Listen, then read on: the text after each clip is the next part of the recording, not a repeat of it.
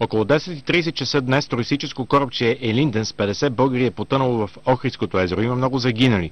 По първоначална информация до момента са извадени телата на най-малко 17 души. Според македонския телевизионен канал МКТВ, корабчето е било на 60 години и регистрирано за превоз на 42 души. Към момента на инцидента на борда е имало повече от 53 човека, но окончателният брой и самоличност на пътниците още не са установени.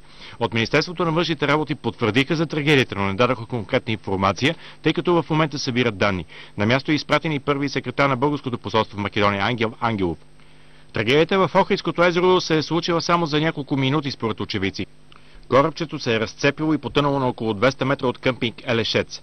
От брега очевидци са чули само крясъците на жени, след което всичко свършило. Във водите на езерото са се хвърли къмпингуващи, които са успели да спасят някои от давещите се туристи. Към мястото на трагедията отпътува македонския президент Георги Иванов. Българският министър-председател Бойко Борисов е разпоредил правителствен самолет да излети незабавно за Охрид, за да прибере оцелелите български туристи.